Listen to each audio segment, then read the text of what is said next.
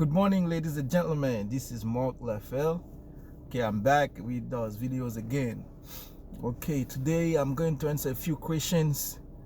Okay, I have a few friends asking me, Mark, I'm 50 years old and I've been listening to you talking about those financial stuff.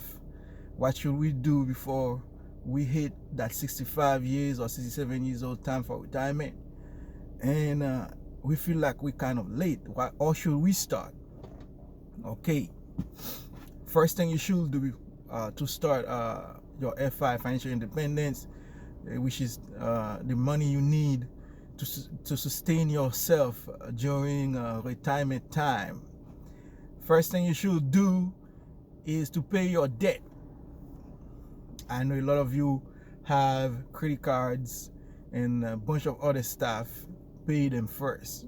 The reason you should pay your debt is those money that you're giving away with those high interest, especially credit card, will stop you from having extra money to put in an investment account. So pay those debt. Now, after you finish paying those debt, the second thing you should do is to contribute on a 401k or a 403b retirement account provided by your employer. If your employer have a 401k plan or a 403b plan, the first thing to do is to contribute in those accounts. Now, the amount of money to contribute in there is up to you, up to your budget. Okay, and if your employer offer a match, which is sometimes they say if you put 5, we give you 5%. If you 5%, they give you 5%. If you put 10%, we give you 10%. Right? So remember, you should always contribute up to the match. What does that mean? That means if you decide to put 5%, employer said I'll match you up to 10%. Basically, you losing 5% money, free money that you should get from your employer. So remember, always contribute up to the match if they offer one. If I have one company that I'm working for them, they don't offer any match, so any money that I put is my own money. Now, always try to max your 401k or 403b if you late, especially if you're 50 years old.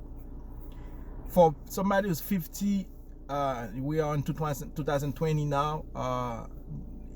They allow you to contribute 19,500. Okay, so if you're less than 50 years old, the IRS will allow you to put only 19,000. And the good thing about this money that you put in there is the money reduce your taxes in a way that, you know, if you put 19,000, that's 19,000 before tax that you put away that they don't that doesn't participate in the tax payment process for the IRS to calculate your taxes. Basically, this will put you in a lower tax bracket if you're in a high income person. Okay, so later on when you need that money, when you're collecting that money, then you will pay tax on it. That's the 401k or 403b, that the first account you should open. The second account I encourage everybody to open is a account called retirement account called Roth IRA. The reason I encourage all my friends to open the Roth IRA is because that it is a tax growing free money. Any money that you put in a Roth IRA, right, this money will grow tax free, and then when it's time for you to collect, which is 59.5, they allow you to start collecting money. IRS has no question to ask. They will not ask you any question about this money. This money is tax free money, right? And and the Roth IRA, the thing that's good about it, right, is any money that you put in that account, right, you can use the money that you put without touching the interest. So what I mean is, if you put $5,000 in this account, right, along the way you can touch your 5,000 if you don't touch your interest gain on those 5,000. You should be fine if you have an emergency. I'm not saying that you should put the money in the way that you're going to use it. If you're investing for retirement, for later on, always keep that money in there, because once you touch it, once you remove that money, right, you're losing on the growth this money is supposed to give you over time. So I do not encourage anybody, but things happen in life. If you have an emergency, you can touch the money that you put. Okay, now if you're not 59 years old, 59 and a half yet, and then you go and touch the interest, they will charge you penalty plus tax. So you don't want that to happen. Okay, so they will charge you a penalty. So don't touch that money.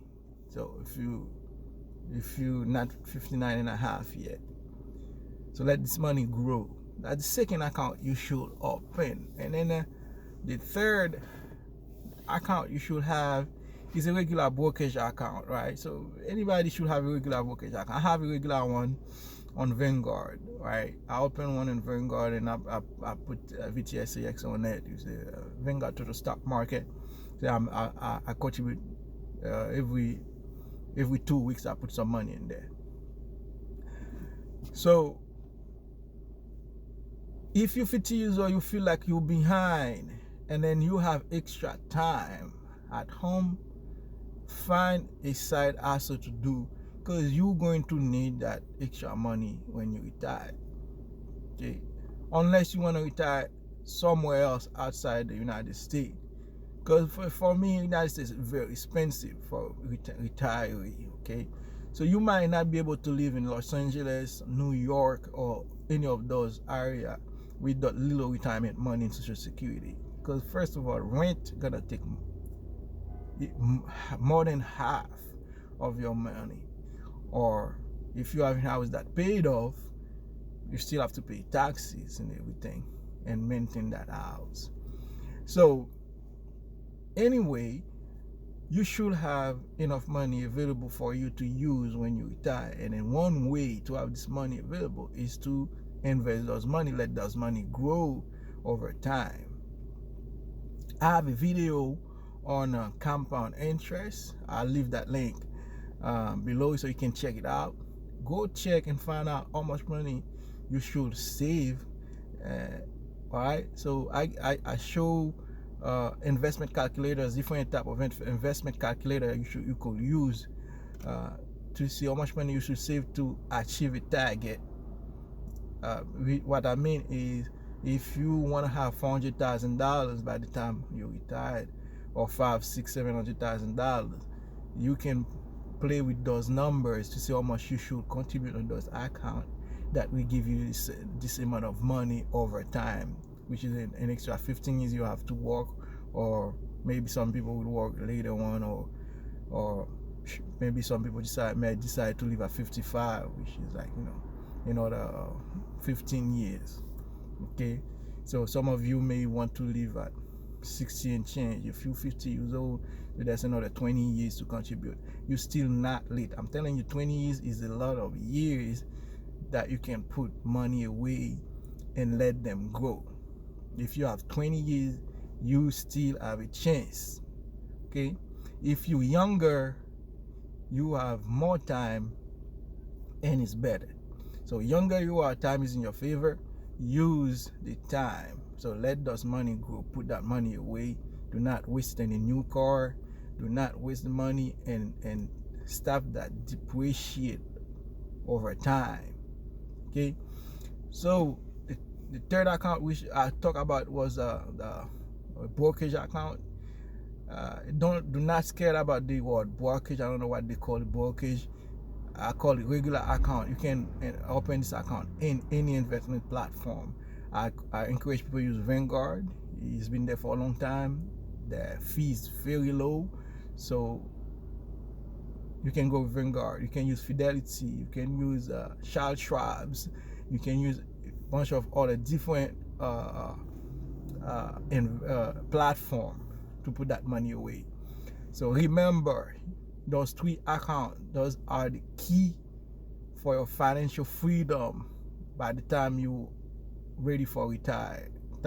By the time you're ready for retirement, those 3 accounts. Now, I'm going to have a video. I think probably have one already, but I'm going to have a video on what you should invest your money, because this is the second question I've been getting about from my friends asking me, Mark, what should I put? What should I which investment should I put my money on? What kind of fund, they call them fund? What kind of fund should I put my money?